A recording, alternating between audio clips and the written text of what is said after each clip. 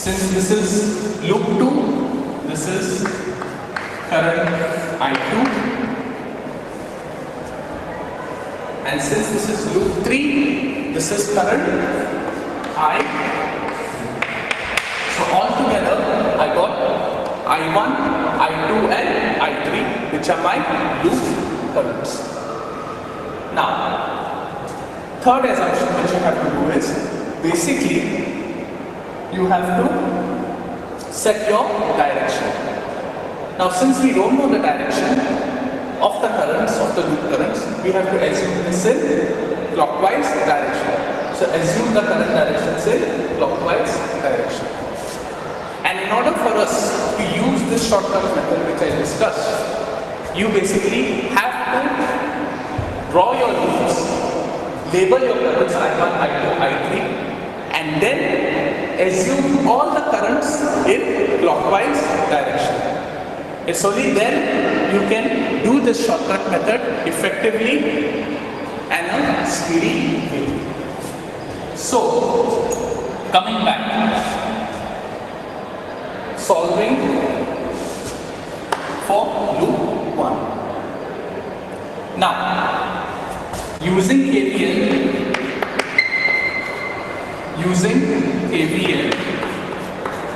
in loop 1. So first thing in loop 1, as I told you, the number of voltage sources equals to the number of voltage drops. So in this loop 1, I have 20 volts and I have 5 volts. Now, another thing which you have to remember is, always for your voltage sources, mark your polarity. So I have positive and negative, again positive and negative, again positive and negative, again positive and negative. So mark your polarities for your voltage sources. So this is the first step. Now, using KVL in loop 1. So I am basically only going to consider loop 1. So first voltage source I have is 20 volts. The second voltage source is of 5 volts. So, and the other ones I have is, I have a 5 ohms resistor and I have a 3 ohms resistor. So in I1 is basically flowing in 5 ohms and as well as 3 ohms. So I1 is flowing in 5 and 3. You can see it is a loop. So you have 5 plus 3 is how much? 8. So we have 8 I1. Okay. So I1 is flowing in 5 and 3. But if we see the 3 ohm resistor, there is even a current I2 which is flowing from down to top. So we have I1 and we have even I2. So now I eliminate the current of the I2 loop which is flowing in the 3 ohms resistor. So it will be 8 I1 minus 3 I2. So now I got my drops. Now my voltage sources, as I said, I have 20 volts and 5 volts. Now I assume the current in clockwise. Current moves from positive to negative. So this is my voltage source, positive to negative. You see the direction? It is clockwise.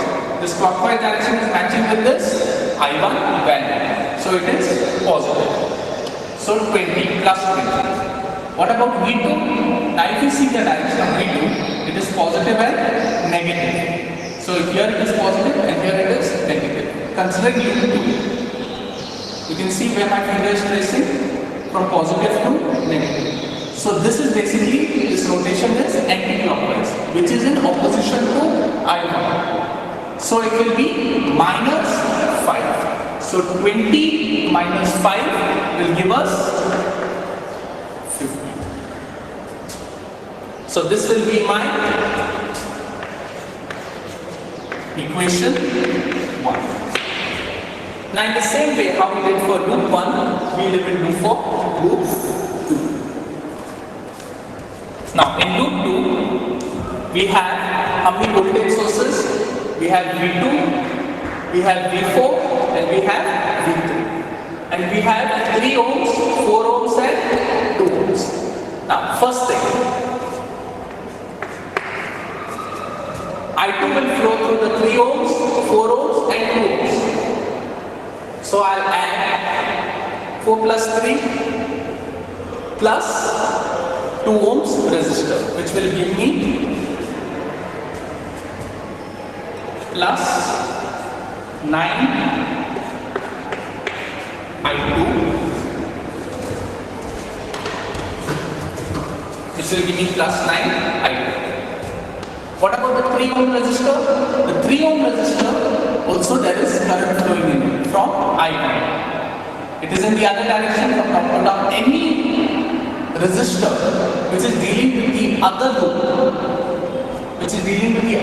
should be taken in minus. So I have minus 3 I1.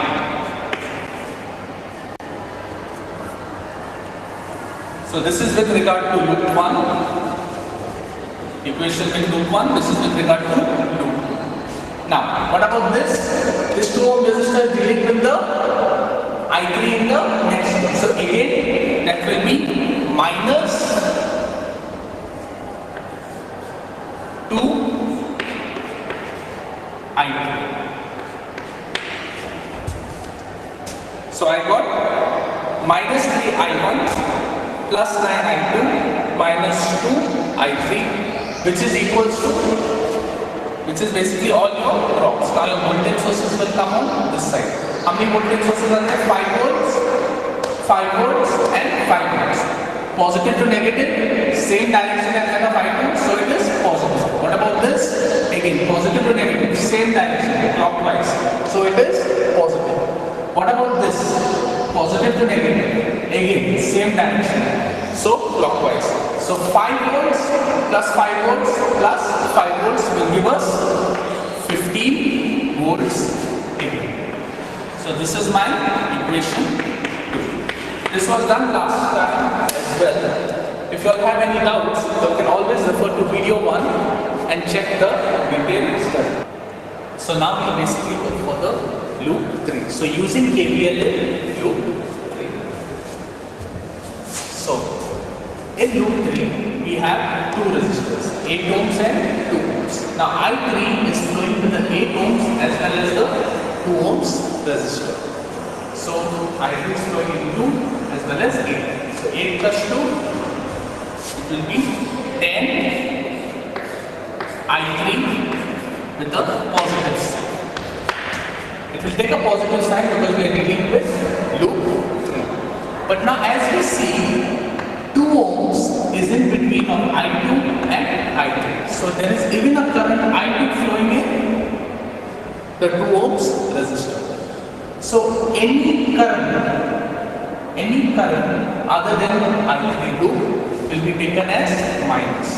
So that's why we have minus 2 I2. There is no I1 because it is between the loop.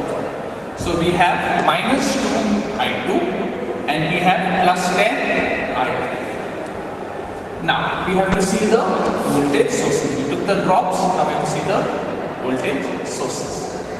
If you see, you have 5 volts and you have 30 volts.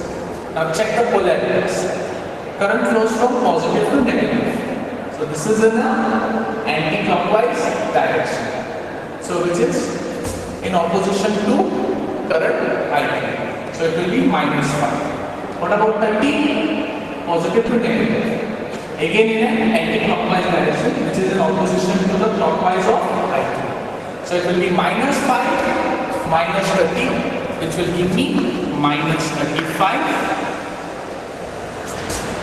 And this will be my equation 3. So I have minus 2 plus 10 I3, which is equals to minus 35. Now, we all know Ohm's law states V equals to I2. Now till here, equation 1, equation 2 and equation 3, okay, the steps remain the same. So if I want to do for matrix form or if I want to do for equation form, I have to basically get my 3 equations for my 3 corresponding loops. Now I'll basically deal with the matrix form. So in our matrix form we have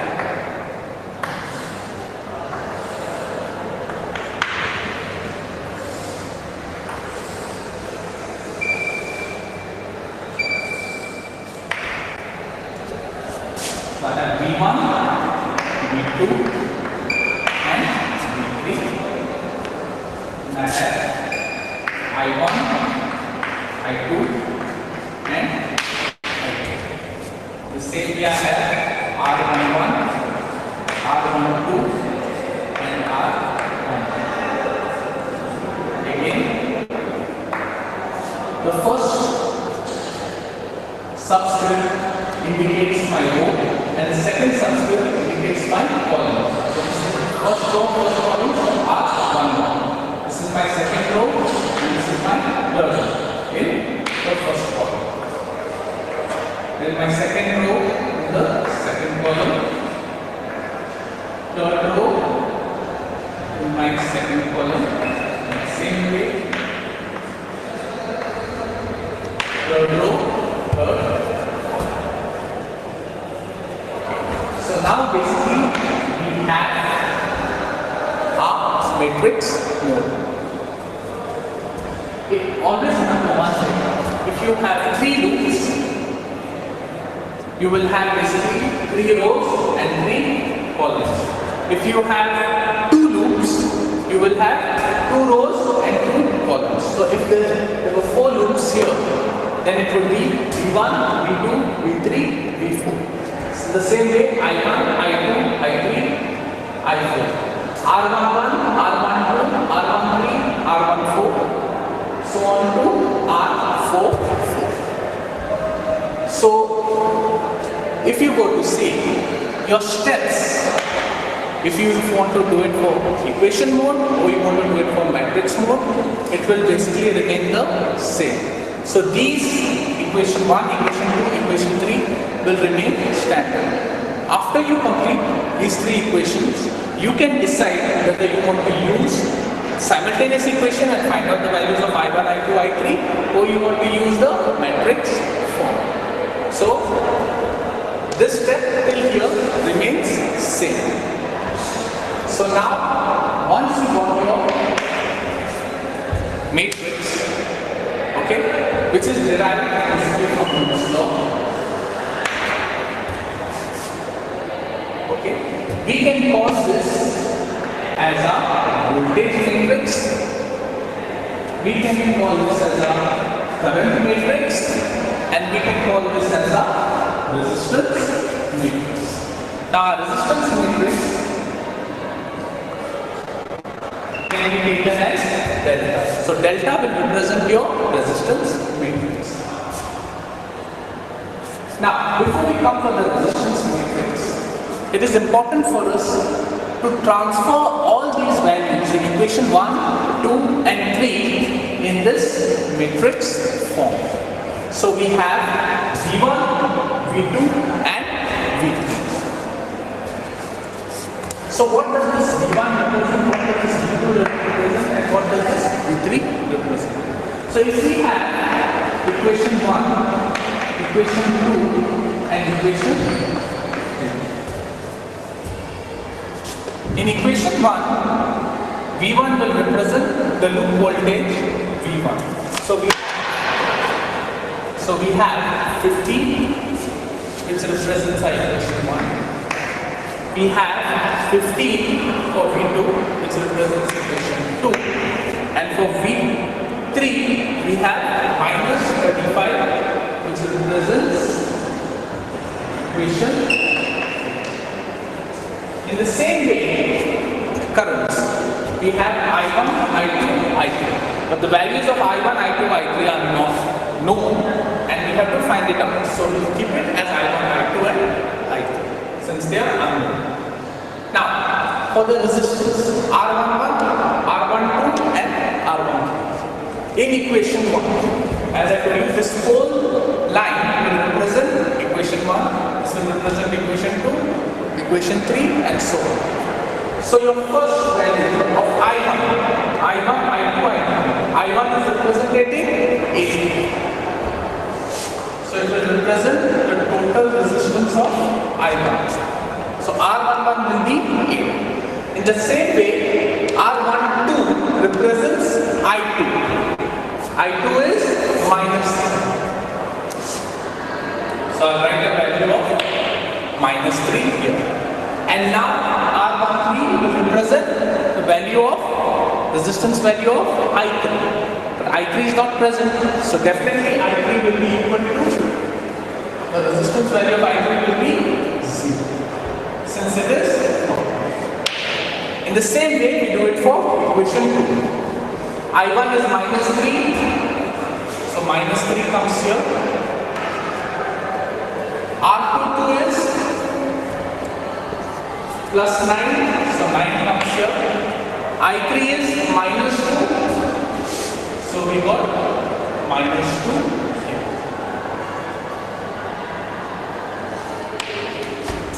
In the same way for equation 3, R31, I1 is not there, so it is 0.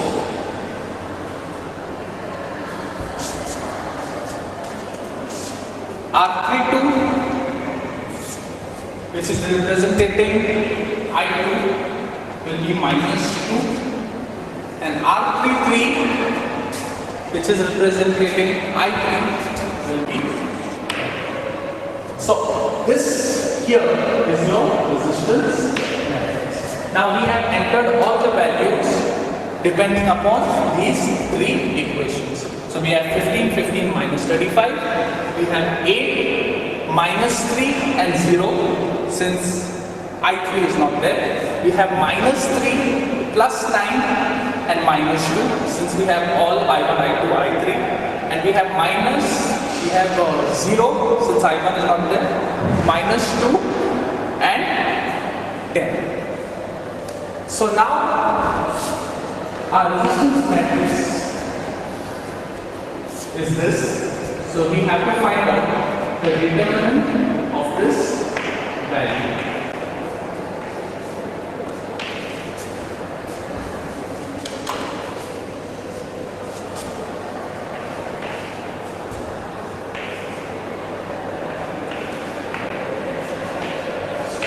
So delta represents your resistance matrix. Now using your Casio calculator, FX991 ES or ES plus, you can directly find out the value of your matrix using the determinant mode. So the value will come up to 5, 9, 8, which is the determinant of your resistance matrix. So you get the value of 5, 9, 8. Now I'll wipe off these three equations because I've already used these three equations in these blocks right here. Okay. So now we basically go for the delta 1. So this is basically our delta matrix which we already found out, which is 5, 9, 8. So this is the value of your resistance matrix, which is known as delta. Now delta 1. Now we have to find out the value of delta 1. Now delta 1 is also your resistance matrix, but there is a slight change. You have to replace the first column of your voltage matrix. You have to take the voltage matrix and insert it in the first column of your resistance matrix. So instead of 8, minus 3 and 0, I will have 15, 15, minus 7. The rest remains the same. So the only change what I did is replace the first column of your resistance matrix with 15, 15 and minus 25, which is known as your voltage matrix. Again, I'll just write this. This is your voltage matrix. This is your current matrix and this is your resistance matrix, which is known as delta. So So I replace this first row with my voltage matrix. So I have 15, 15 and minus 35. The rest remains the same. So minus 3, 9, minus 2, 0, minus 2 and 10. So this is my delta 1. So delta 1 will be 15, 15 minus 35, minus 3, 9, minus 2, 0, minus 2, 10. So I already replaced this first column. Again, I'll find out the determinant of delta 1. Again, the determinant can be found out very easily using your Casio FX991ES OES plus. So I go to the matrix mode, insert these values, and I'll get the value as 1530, which is the determinant of delta 1. In the same way how I got for delta 1, I can find out the value for delta 2. Now delta 2 is also similar to your resistance matrix. For delta 1, we replace the first column with the voltage matrix. For delta 2, we have to replace the second column with your voltage matrix. So the second column is replaced with your voltage matrix. So the rest will remain the same. 8, minus 3, 0, and only this second column is replaced by 15, 15 and minus 35. The rest remains the same. So I have 0, minus 2 and 10. Again, I have to find out the determinant. So delta 2 determinant will give me 1090. And in the same way, how I found out delta 2, I have to find out even delta 3.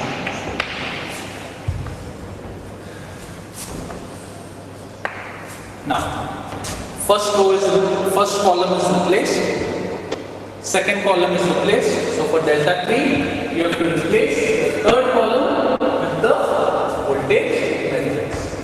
So I have 8, minus 3, 0,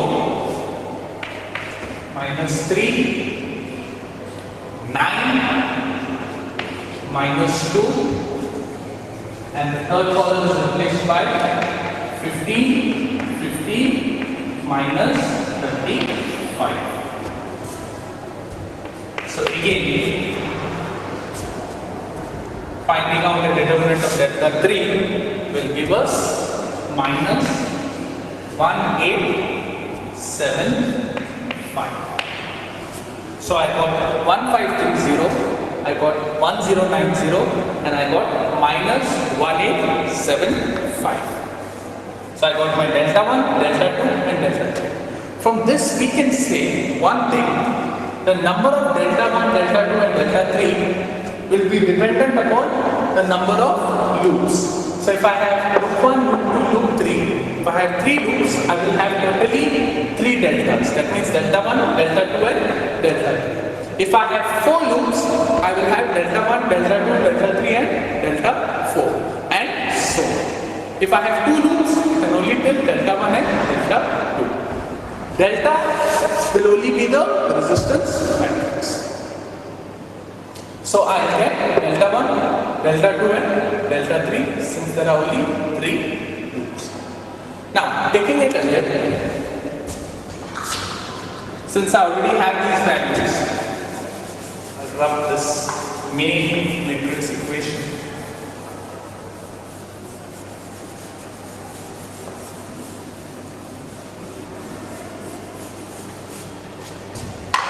And I can add in a simple formula which will give me the value of I1, I2 and I3. So my I1 value my I1 value will be equal to I1 is coordinated with delta 1. So it will be delta 1 divided by delta. Now this is also similar to Ohm's law. If in case in the exam time you tend to forget, you can always keep this theory in mind. V equals to I into R. Okay? So if V equals to I into R, I will be what? V divided by R. Your resistance matrix is your delta. So your delta will always be in your denominator. Delta 1 will be your voltage. So it will always be I1 equals to delta 1 divided by delta, which is in the same form of V divided by R. So just remember one thing, delta will always be in the denominator. Delta 1 will be with regard to I1, delta 2 will be with regard to I2, and delta 3 will be with regard to I3. So from this formula,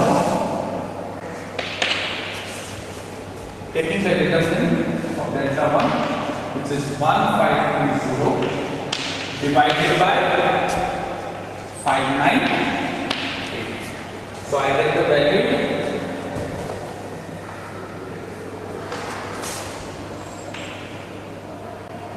2.56. In the same way, I can find out for I2. I2 will be delta 2 divided by the resistance matrix, that is delta. So delta 2 is 1090 divided by 598, which will give the value 1.82 amps. In the same way, I can find out I3, which is delta 3 divided by delta. So delta 3 value is 1875 divided by the value 598, which is your resistance matrix. So it will give me a value of minus 3.14 amps. So I got 2.56, 1.82 and minus 3.14 amps, which you might notice in my episode 1, which I already published in, okay, are the same values, 2.56, 1.82 and minus 3.14. So when we solved it even using simultaneous equations, we got the same values. Even by solving it using matrix method, we also got the same values. So your answers will never differ no matter which method you use.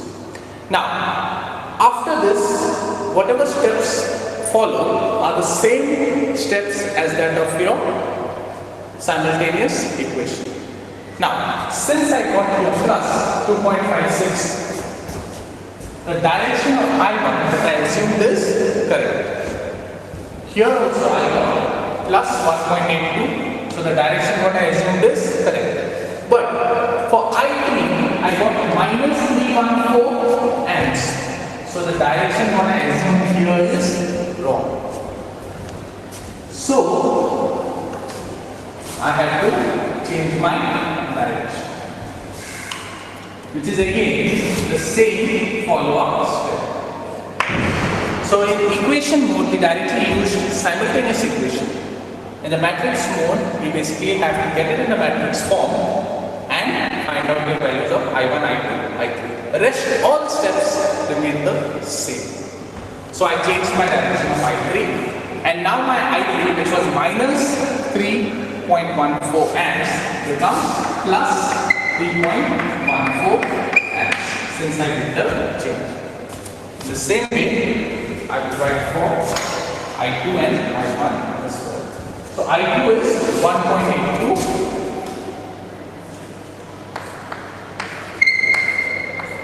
amps and I1 is 2.56 amps. So I have 2.56, 1.82 and 3.14 amps. Now, I will drop this up.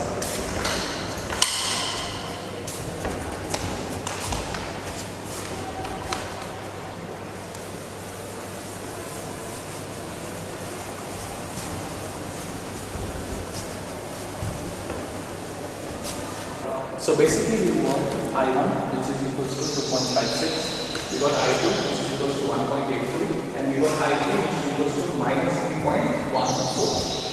So I push the value of I1 which is equal to 2.56, I2 equals to 1.82 and I3 equals to 3.14. But however, we have I3 which is equal to minus 3.14. Now, if you get a minus here, that means whatever direction we have assumed is incorrect and the direction has to be changed. For I1 and I2 it's more positive, so whatever direction we have assumed here, which is clockwise in direction, is perfect. So now, changing the direction of I2.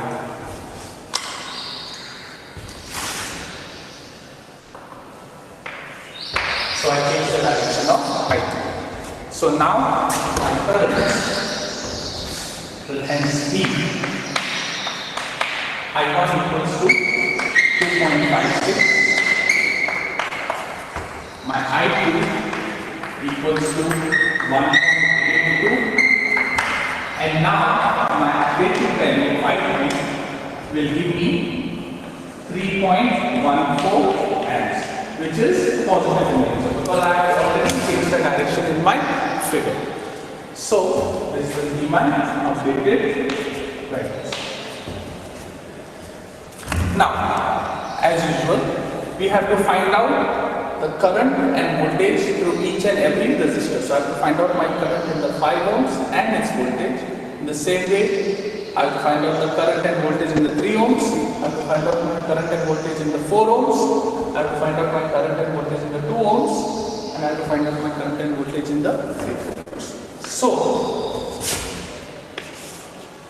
I will take the 5 ohms first. So, current in the 5 ohms resistor will be equal to I1, which is 2.56 amps. If you can see the loop, I1 is flowing in this loop. So I1 is interacting with the 5 ohms resistor. There is no interaction with the I1. So my current in the 5 ohms resistor will be I1, which is equal to 2.56, as it is in this loop. Now, voltage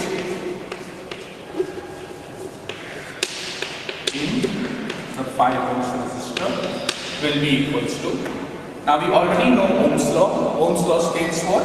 V equals to I into R. So I have my current value flowing in the resistor, which is 2.56, and I know the value of resistance, which is 5. So it is 2.56, that is I into R, into 5,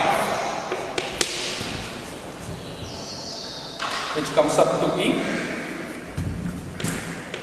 12.8 volts. Now in the same way how we found out for 5 ohms, we have to find out for 3 ohms.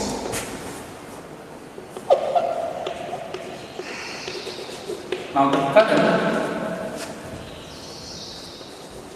in the 3 ohms resistor will be equal to, now here in the 3 ohms resistor, if you see your loops which are drawn, there are 2 junctions which are available.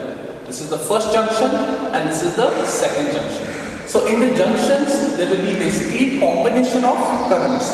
So you will have a combination of I1 and you will have a combination of I2. In the same way in this 2 ohms resistor, you will have a combination of I2 and you will have a combination of I2. But for these, it is directly linked with I1, 4 ohms is directly linked with I2, 8 ohms is directly linked with I3. So here you will have no problem, but at these junctions, your currents will be different. So now the current in the 3 ohms resistor. Now as we see, we have I1 here Okay, so I1 is flowing in the 3 ohms resistor. Look at the direction, it is clockwise in nature. So I1 is flowing from top to down. And if you see I2 is flowing from down to top. So we have I1 and I2 both in opposite directions. So it will be, which is higher, I1 or I2? Obviously I1, so 2.56. So it will be I1 minus I2. So it will be I1 minus I2. The effective direction will depend upon which is greater. I1 is greater, so the direction it will follow will be from top to down. Because I1 is greater. So it will be I1 minus I2. We have I1 here and I2 coming from here. So it will be 2.56 minus 1.82, which is equals to 0.74 amps.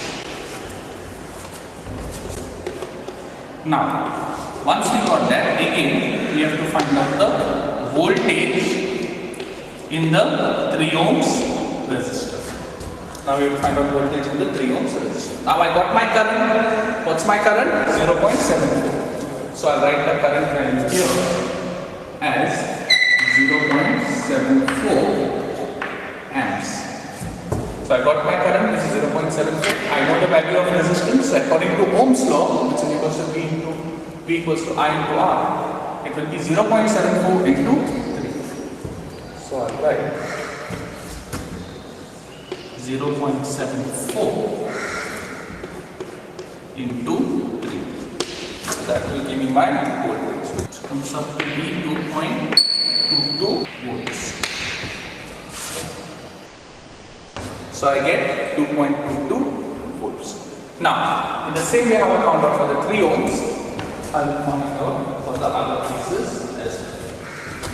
Here was the current I1, I2, I3, so I will delete these top values.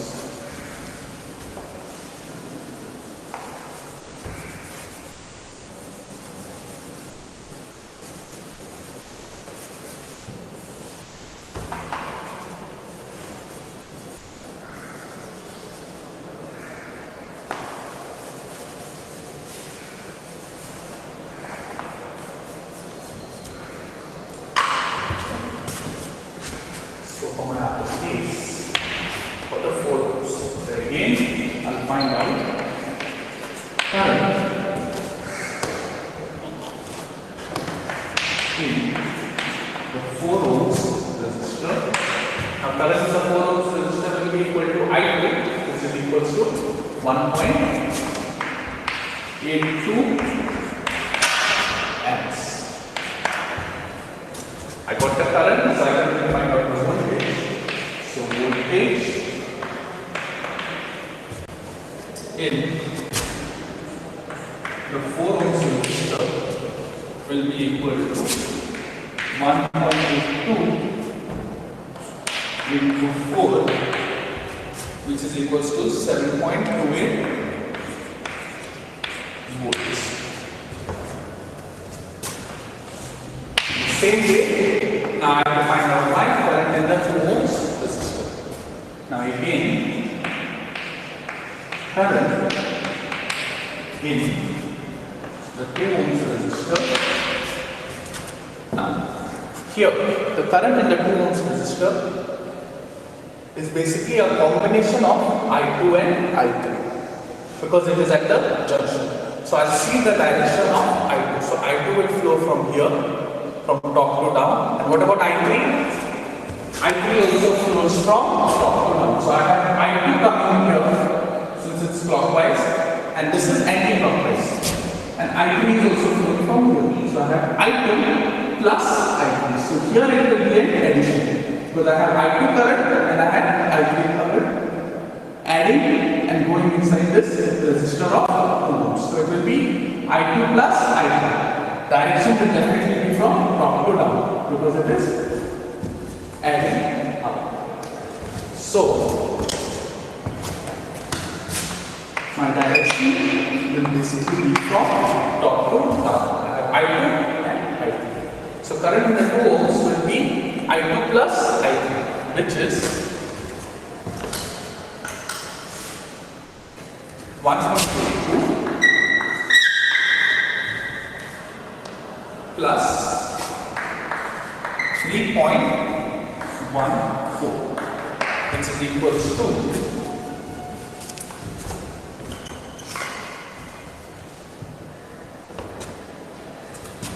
4.96 amps. So it is equals to 4.96 amps. In the same way, voltage in the 2 ohms resistor will be equals to I into R. I have the value of R, which is 4.96 into 2, which is equals to 9.92 volts. And the same way, I'll find out current in the 8 ohms resistor. The current in the 8 ohms resistor will be only due to the I3 current flowing through the 8 ohms resistor, which is equals to 3.14 amps. So the voltage in the 8 ohms resistor, which will give me 25.12 volts. So I have basically got all the current and voltage values from each and every resistor. So I have the 5 ohms, the 3 ohms, 4 ohms, 2 ohms and 8 ohms. So in this way I can find out the current and voltage values in each and every resistor. Now one more thing I want to tell you here is, if you are given a problem in the exam and it's told to you to basically specifically tell me the current and voltage to the 4 ohms resistor, then you don't need to basically do all these steps. You directly go for the current in the 4 ohms and voltage in the 4 ohms. So you can basically only target those specific resistors which is asked to you in the examination. But this is just a broad method so that you come to know how you find out the voltage and the current in each and every resistor. But always remember what is only asked, for that only you give the value. One more thing which I would like to specify here is, we have now covered the matrix form using the matrix method. In my episode 1, you have seen using the simultaneous equation. If you compare the values of I1, I2, I3, it is the same. So you can solve Maxwell's loop current method using any of the two methods. So you can either go for simultaneous equation or you can go for matrix. But the answer that you get will be the same. So this is how you can solve using your matrix method.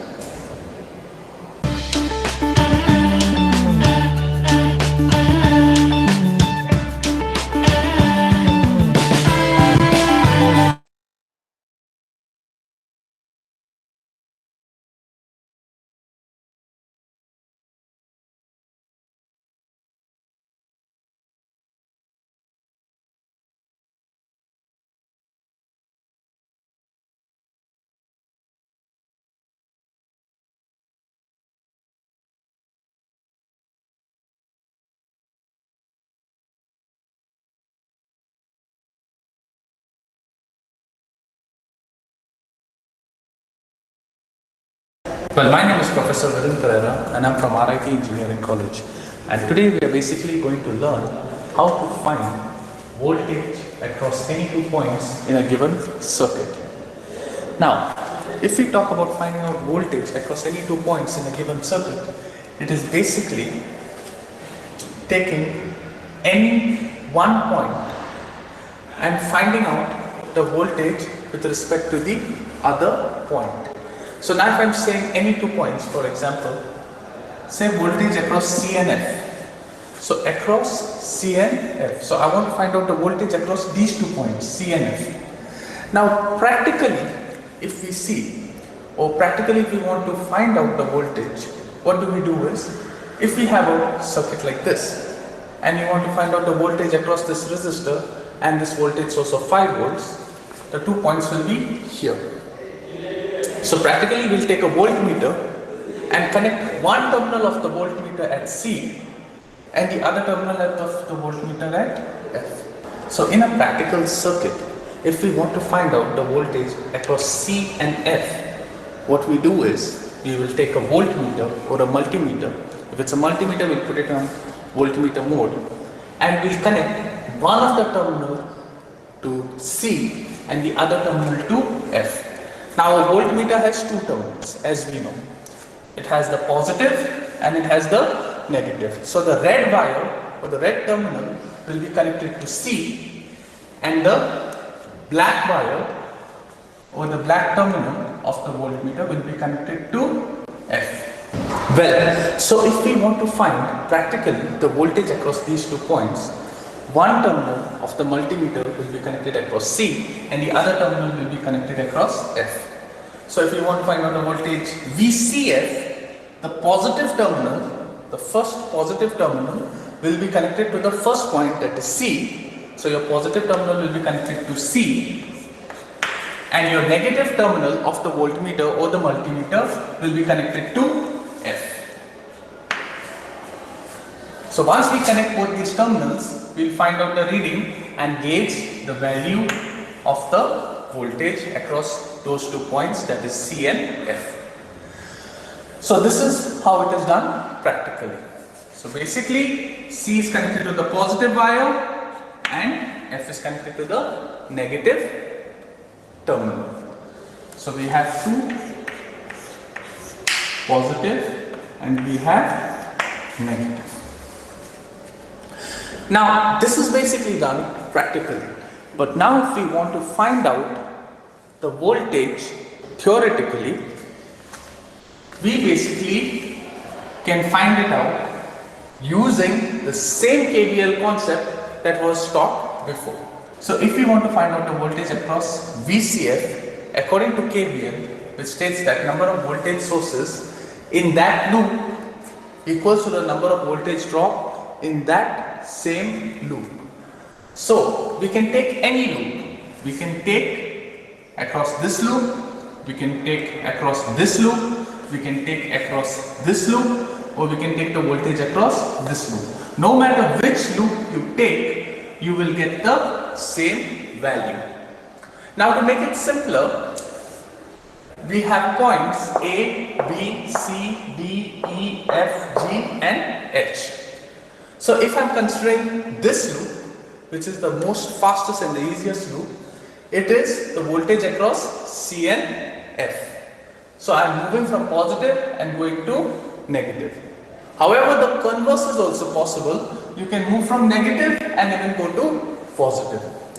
But it is across these 2 points, so via C and F. Now I can even go via this loop as well. So this will be from C to D, from D to E and E to F.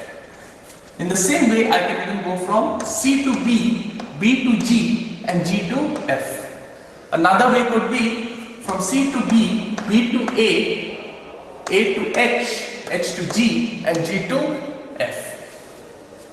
So no matter which way you take, whether it is the long way or it is the short way, your answer will be the same, maintaining the equilibrium in the circuit. So you can take either the shortest part or you can take the longest part, you will get the same answer. So better is to take the shortest part to solve it quickly. So this is how you can find out the voltage across any 2 points in a given circuit. In the same way, if you want to find out the voltage AG, so I have 2 terminals here, A and G. Now the shortest way would be this, from A to H and H to G. We already found out the value of AG, it is 20 volts. But if the value of AG is 20 volts here, I should even get the voltage across points A to B, B to G also as 20. In the same way, from points A to B, B to C, C to F, F to G also as 20. Another loop could be A to B, B to C, C to D, D to E, E to F and F to G. This also will be 20 volts. Now what we have to remember here is, it starts at A and you have to end at G. So whichever loop it is, it has to end up at G. So this is basically how you can find out your voltage. So I have purposely taken these 2 points, that is points A and G, so that, because I already know that the voltage across A and G is 20 volts. So no matter which loop you take, your end result will go as 20 volts itself. So this is how it is done. Always remember one thing, the first terminal is taken as positive and the second terminal is taken as negative. In the same way, we can find out the voltage for AG as well. Since A is the first terminal, it is positive, and G is the second terminal, it is negative. Because whenever you consider VAG, the voltage across AG, your positive terminal will be connected to the first terminal of the multimeter, which is here. So this will be positive. And your G point, your second terminal will be negative. Your multimeter has 2 terminals, as I said, it has a positive and it has a negative. So the positive will be first connected to A and the negative will be connected to G. And you find out the voltage across these points. So you can travel to whichever way, which we have already discussed. So this rule will never change. Now, another thing, to find out the voltage across VD.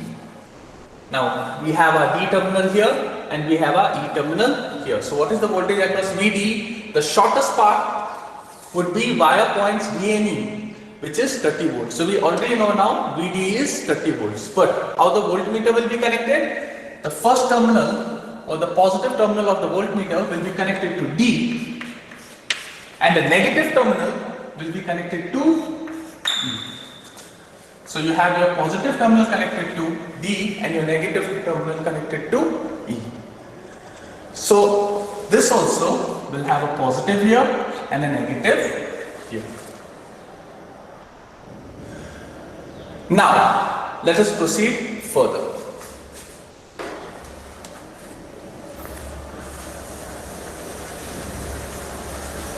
So always remember to highlight the first terminal as positive, second terminal as negative. Positive, negative, positive, negative, positive, negative.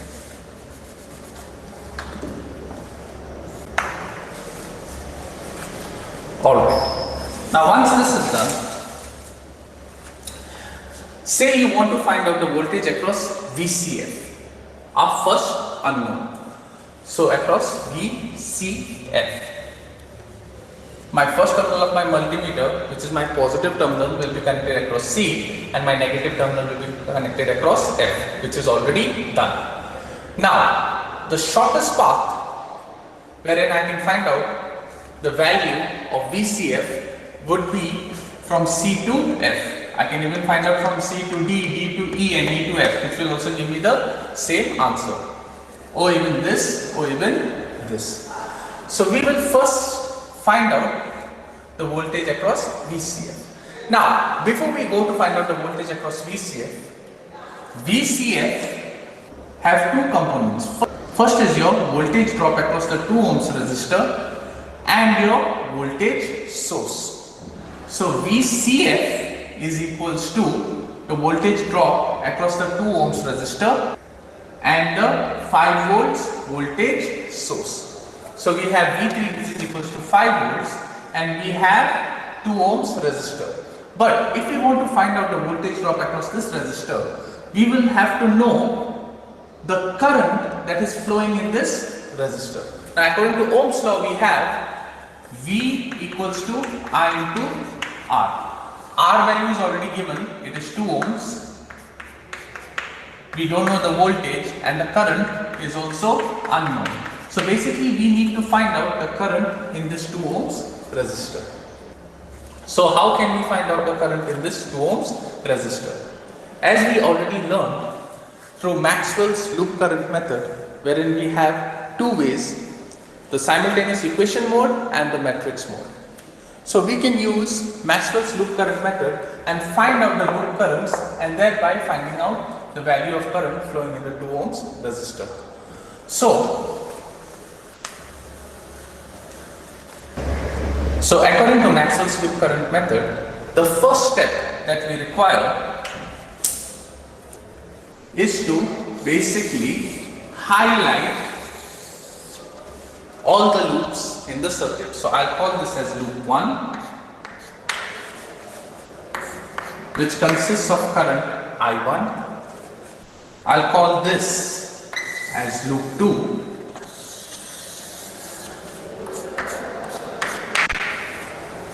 and I'll call this as loop 3. This is according to Maxwell's loop current method, which we have done in the previous video. If you have any doubts related with it, you can always go back to the previous video and check how Maxwell's loop current method is done. I have even explained a direct shortcut method wherein you can get the equation in just one step. So we will basically use that shortcut method. If you want details, you can always go back and check how you get that one-step equation. So if this is loop 1, the current flowing in this loop will be I1. If this is loop 2, the current flowing in this loop is I2. And if this is loop 3, the current flowing in this loop is I3. So if we are going to use the shortcut technique that I taught to you earlier in Maxwell's loop current method, there are 3 things we have to do. First thing is circle the loop or circle the mesh. So this is one loop. So I'll call this as loop 1. This is a second loop. So I'll call this as loop 2. And this is the third loop. So I'll call this as loop 3. So we circle the independent loops. After this, we represent loop 1 current as I1. We represent loop 2 current as I2. We represent loop 3 current as I3. After this step, we have to compulsorily assume all the directions in clockwise. Now, if you want to use the shortcut method, we have to compulsorily assume all the directions in clockwise way. So, I have I1, which is assumed in clockwise. I have I2 also assumed in clockwise, and I have I3 which is also assumed in clockwise. How to use this method, as I told, no matter, even if you know that I3 is not flowing in clockwise because of the higher magnitude of V5, which is 30 volts, although you feel and you can easily come to know that it is going to be anti-clockwise, still we have to assume it in clockwise. Otherwise, the shortcut method won't work. So once you have assumed the directions, then we basically have to put the polarities of all the voltage sources. Now, putting the polarities is also a very crucial step here. Voltage sources polarities will never change, so we can directly input the polarities of the voltage sources. Now, once your loops are drawn, your currents are named, and your directions are assumed clockwise, and the polarities of your voltage sources are designated, after that we can start our direct method. So, using KVL in loop 1. Now, as per the shortcut method, if we have loop 1, This is my loop 1 or my mesh 1. KVL states that the number of voltage sources in the loop is equal to the number of voltage drops in that same loop. So how many voltage sources I have? I have V1, I have V2. Now V1, your current that is flowing from V1 will move from positive to negative. See the loop and see my finger. It's moving from positive to negative. So what direction is this? Clockwise. Clockwise is matching with this, so this is positive. So we have plus 20. Now what about the voltage in V2? How the current is moving from the voltage in V2? From positive to negative. So it is moving in the anti-clockwise direction. Is this direction matching with my I1? No. I1 is moving in clockwise, this is moving in anti-clockwise. So the current due to V2 is moving from positive to negative, so which is anti-clockwise. So it will be plus 20 minus, and this is 5 volts, the voltage across V2 is 5 volts. Now, if we want to find out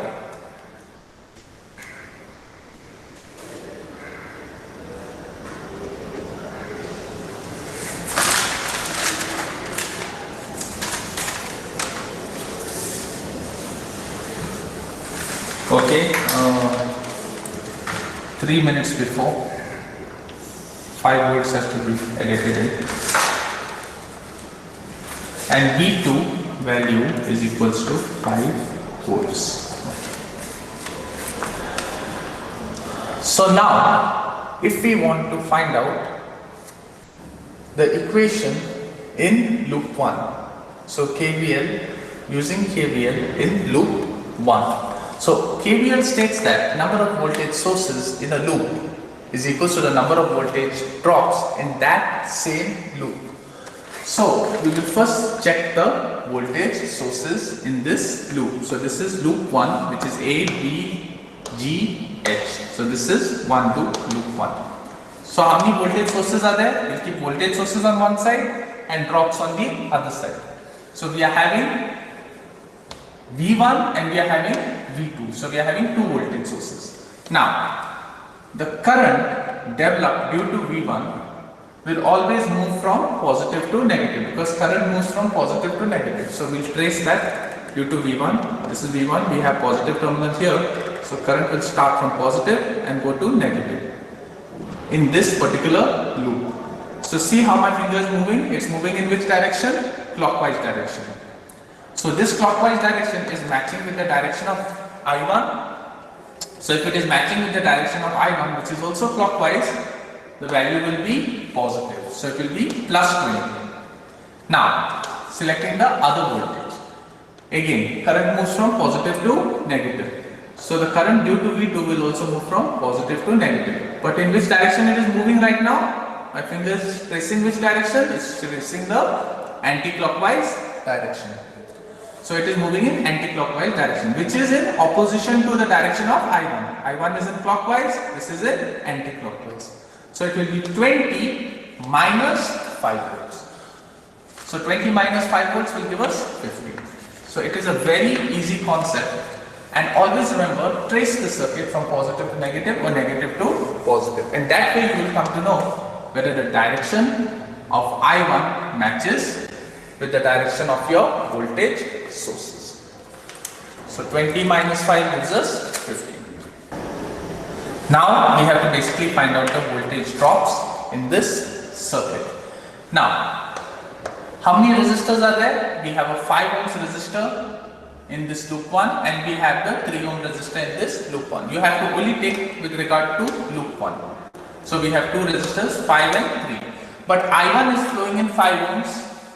As we see, I1 is flowing in 5 ohms, and a part of I1 is even flowing in 3 ohms. So basically I1 is flowing in 5 and 3. So we add both the resistors. 5 plus 3 will give us 8 I1. But now as we see, part of I1 is flowing in 3 ohms, but this is a junction. So this 3 ohms resistor here is not only interacting with the I1 current, it is even interacting with the I2 current. So I1 is flowing from top to bottom and I2 is flowing from bottom to top. So you have I1 coming here and you have I2 coming from the other direction. Now in the shortcut method, any current not pertaining to that loop, should be taken in a negative sign. So if I'm talking about loop 1, my I1 will always be positive. If I'm talking about loop 2, with regard to loop 2, my I2 will always be positive. If I'm taking the loop 3 equation, in the same way, my I3 will always be positive. But others will be negative. So any other current which is not pertaining to that loop will be taken as a minus sign. So in the shortcut method, you can just directly write a minus sign here. Now I2 is flowing in which resistor? With respect to loop 1, it's only flowing to the 3 ohms resistor. So it is 3 I2. So this is the drop across your resistors. Drop is nothing but your voltage drop, and Ohm's law states that V equals to I into R. So we have a R and we have a I. So I into R will give us V. Again, I into R gives us V. So we found out the drops. So now this is my equation 1. So I just got it in one step. So I'll just write the loop 2 equation quickly.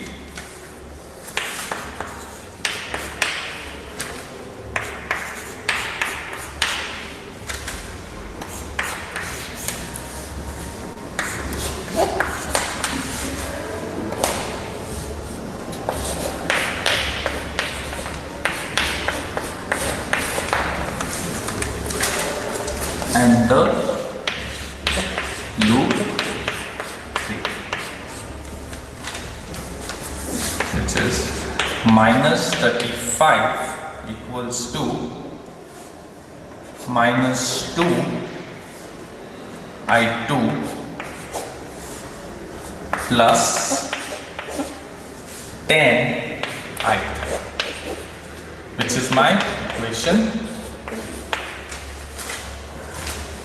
The systematic breakup of this is basically already explained to you in the previous episode. But just going briefly, now if I am applying the KVL in loop 2, how many voltage sources are there? 5 volts, 5 volts and 5 volts. Again, current moves from positive to negative if I am taking this voltage source of V2. What is the direction? Clockwise. Matching with this, so it is positive. What about V4? It flows from positive to negative. Finger is still moving in the clockwise direction. Again, matches this I2. What about this voltage source? 5 volts. Current moves from positive to negative. Again, my finger is moving in the clockwise direction, so it is again positive. So it is plus 5, plus 5, plus 5, which gives us 50. Equals to number of voltage drops in this loop 2. How many resistors we have? We have 3 ohms, we have 4 ohms, and we have 2 ohms. Now I2 is basically flowing in the 3 ohms, it is flowing in the 4 ohms, and it is even flowing in the 2 ohms. So I add all these resistors. So 3 plus 4 plus 2 gives us basically 9 I2. As it is pertaining, I am talking with regard to loop 2, and loop 2 is pertaining to I2. So I2 will always be positive. The others will be negative. So I got my 9 I2. Now, in the 3 ohm resistor, this is the junction. So the 3 ohm resistor is basically interacting not only with I2, but it is even reacting with I1. So the current in the 3 ohm resistor is a combination of I1 and I2. I1 will be from top to down and I2 will be from down to top. So anything other than loop 2, any other current other than loop 2 will be taken as minus. So we have minus 3 I1, and in the same way we have minus 2 I3. So whatever other currents are there will be taken as minus. Now coming to loop 3. Now in loop 3, how many voltage sources are there? We have 2 voltage sources, one of 5 volts and one of 30 volts. As we all know, current moves from positive to negative. So I consider this positive to negative. What is the direction? Clockwise or anti-clockwise? Definitely it is moving in anti-clockwise, which is in opposition. So this is minus. What about this? This is also moving from positive to negative, which is anti-clockwise. So again it is minus 30. So minus 5 minus 30 will give us minus 35. So minus 35 equals to, now we have to find the drops. Now we all know I3 is flowing in the 8 ohms and it is even flowing in the 2 ohms. So I add both this, 8, 9, 10. So 10 I3. Now any other current from the other loops which is interacting with that resistor pertaining to the loop that we want will be taken as minus. So 2 ohms is even interacting with the I2 current which is in loop 2. So it is taken as minus 2 I2, which is written here. So in this way we can avoid all the tedious steps and just write it in equation 1, 2 and 3 effectively, thereby saving time. So you can get your equations in just one step. Now once you get these equations, you can use your calculator, which is either Casio FX991ES or ES Plus, and find out the values of I1, I2 and I3 using simultaneous equation mode in your calculator. So once you input these values in your calculator, you will get the values of I1 as 2.56 amps, I2 you will get as 1.82 amps, and I3 you will get as minus 3.14 amps. Now if you see here, you got all your currents. If your current is in positive, if your current comes in positive, basically whatever direction you have assumed is correct. So I got plus 2.56 here. So whatever direction I assume for I1 is correct. Now keeping the value, putting the value in the diagram. So I1 equals to 2.56 amps. What about I2? I2 is also equals to 1.82 amps. And the direction is the same that we assume. But the value of I3 is equals to minus 3.14 amps. Now if we get a negative value, that means whatever direction that we have assumed for I3 is wrong. So if I have assumed the direction for I3 in clockwise, then actually the direction is not clockwise, it is in anti-clockwise. So I change the direction to anti-clockwise. Once I change the direction to anti-clockwise, this minus 3.14 will become plus. So in your next step, you have to again write down the currents. I1 equals to 2.56, I2 equals to 1.82 and I3 equals to 3.14 since we have changed the direction in the diagram. So you have to draw this diagram again and change the direction of I3. So this will be your updated diagram with all your loop currents. So I will input the current of I3, which is equals to 3.14 amps. So now I got I1, I got I2 and I got I3. Now moving on further to find out what is the value of VCF. But before we go to this, we have to assign the polarities of all the resistors. Now, when your current basically moves from positive to negative, okay, the first terminal that it touches becomes positive and the second terminal it touches becomes negative as that of a resistor. That means, say in I1 loop. In I1 loop, the direction of current I1 will be this as per the loop. So if this is I1 and this is my direction, okay, the first terminal that my current touches of any resistor becomes positive and the second terminal becomes negative. So this is how the polarity is assigned. Then in I2, the first terminal it touches, like green chalk. The first terminal it touches becomes positive and the second terminal it touches becomes negative. In the same way for loop 3.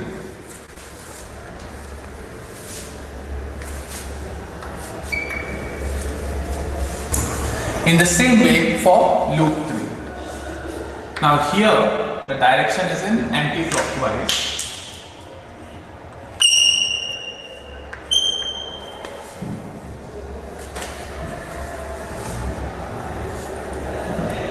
So I will get an anti-clockwise direction in this loop. So this will be my I3. So the first terminal it touches becomes positive. The second terminal it touches becomes negative. Now this is with regard to loop 1. But in these loops we have two junctions and the two junctions are caused by the 3 ohm resistor and the 2 ohm resistor.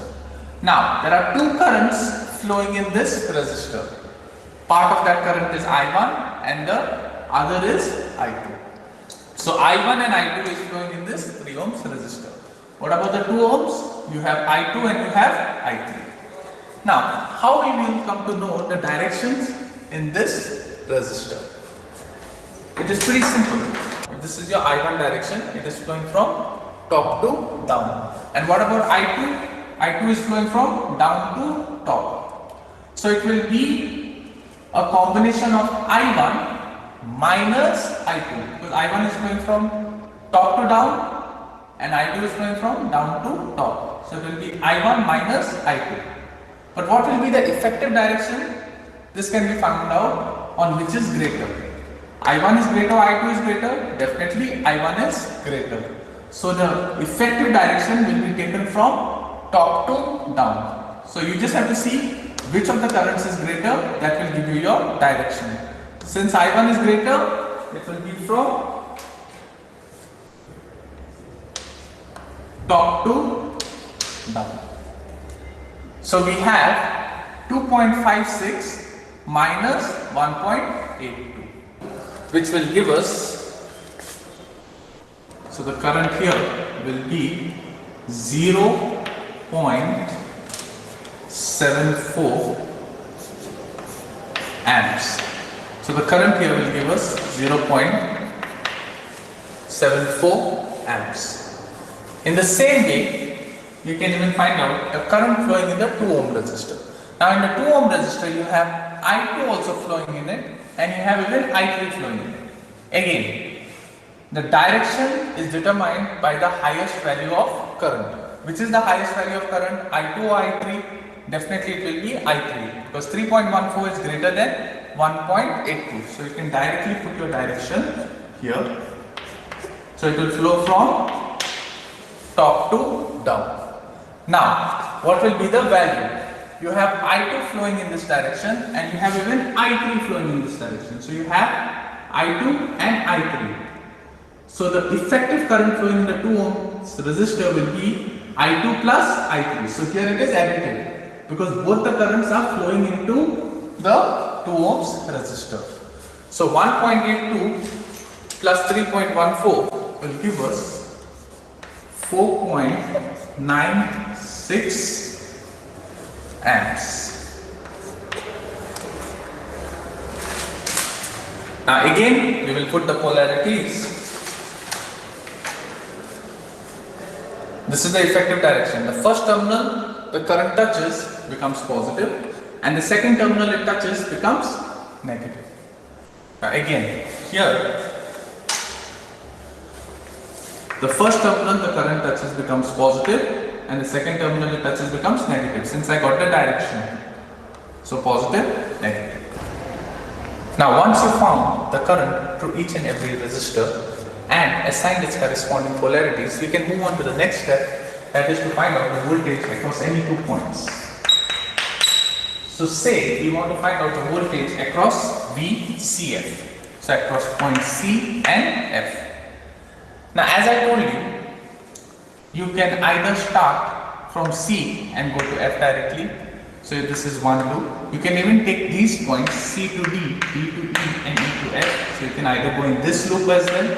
You can even take this loop as well, or you can take this loop as well.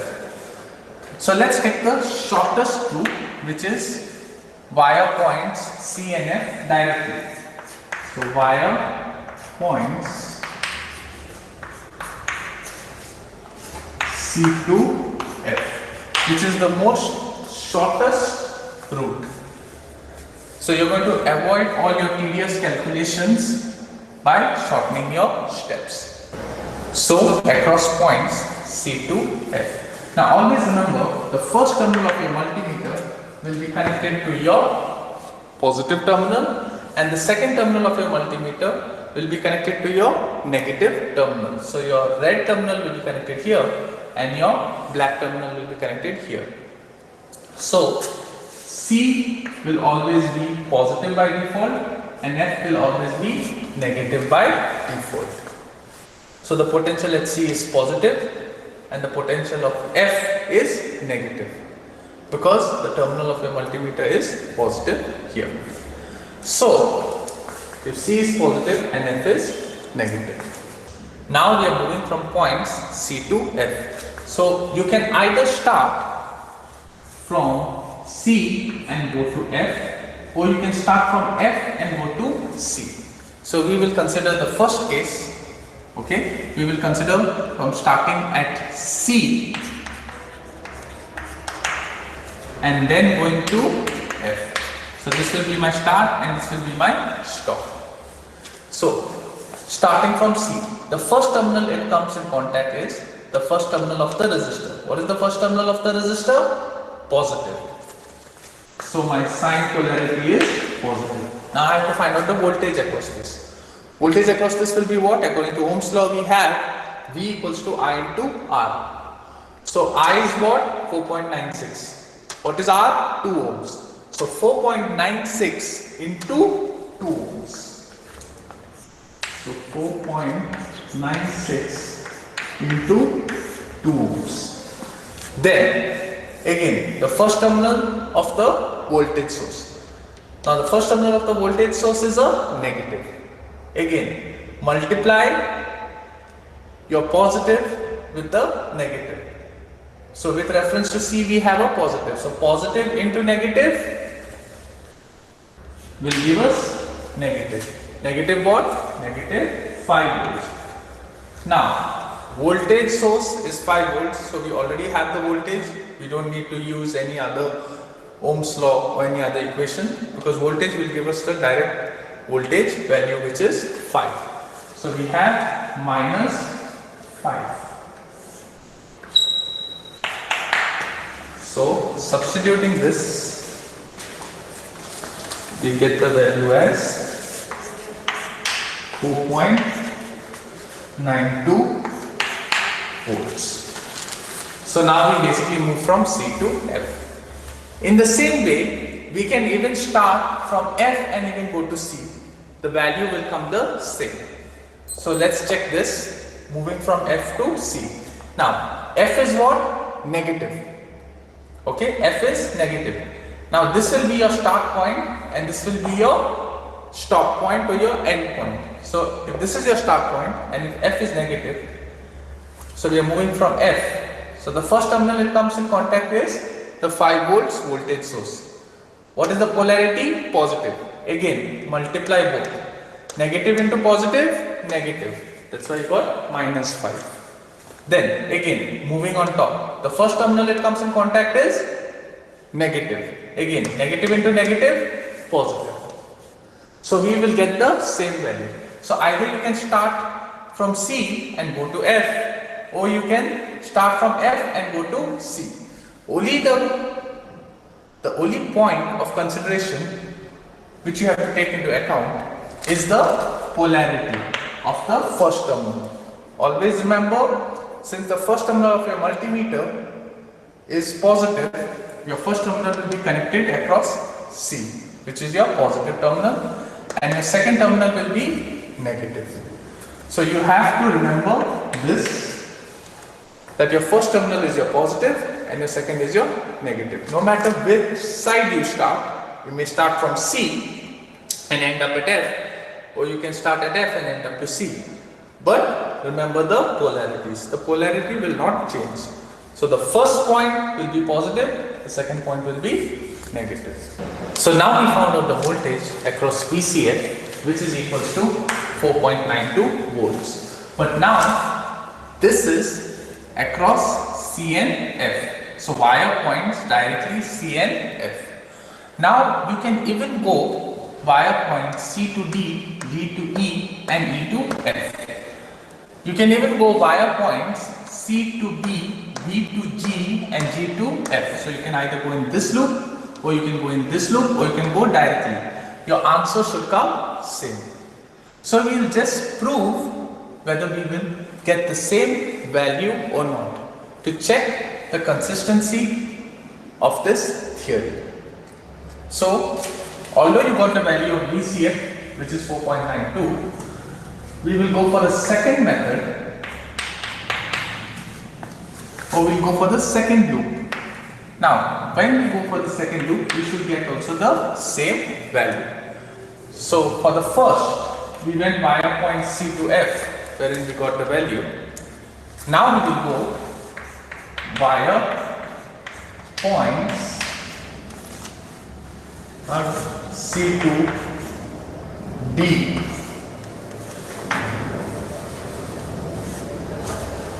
Go via points C to D, D to E and E to F. So even if we go via these points, we should get the same voltage that is 4.92. Here also, if you go via these points, we should get the same voltage. Even if you go via these points, we should get the same voltage. So we will just check the consistency of this technique. Now across C and F, this will always remain same. The positive terminal of the multimeter will be connected across C, and the negative terminal of the multimeter will be connected across F. Now going via point C to D, D to E and E to F. So if I am moving from C to F, as I told you, you can even move from F to C. So now I am basically moving from C to F, that is I am starting at C and ending at F via point C, D, E, F. So starting at C. The first terminal I meet is the 8 ohms resistor, and it is a minus terminal. Again, positive into negative, negative. So I have to multiply. Clear? So positive into negative, negative. Find out the voltage drop. What is the current flowing in the 8 ohm resistor? It is I3, which is 3.14 into 8. Now, again, moving from C to D and now from D to E. Now, when it is moving from D to E, the first terminal it touches is a positive terminal of your voltage source. So, positive into positive, positive. So, it is 30 volts. So, I get a value of 4.88 volts, which is nearly the same as 4.92. So, again, the consistency of this is proved. If we shift If you take a decimal shift, it will become 4.9, which is nearly equals to 4.9 of the previous one. So, no matter which points you take, you will get the same answer. Let's have another check.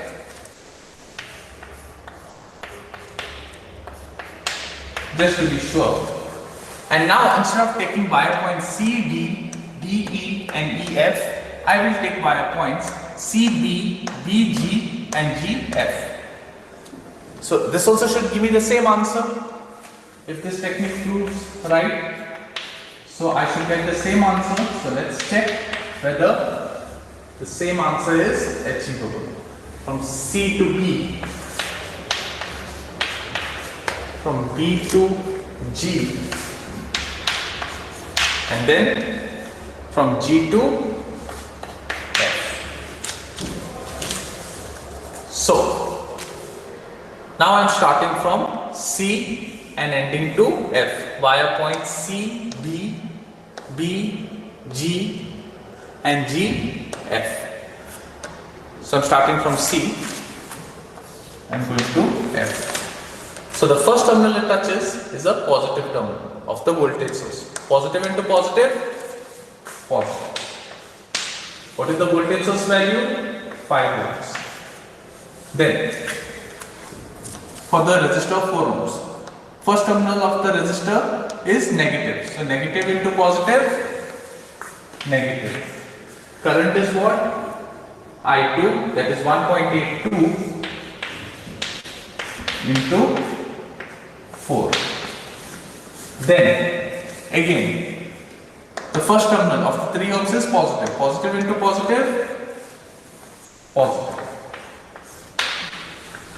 What is the value of current flowing in this resistor? 0.74. So, 0.74 into 3.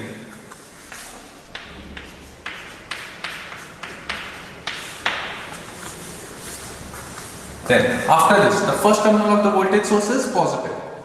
Positive into positive, positive. So, plus 5. Then, any voltage source or current source? No. So, after that, it moves directly to F. So, what is the value of this?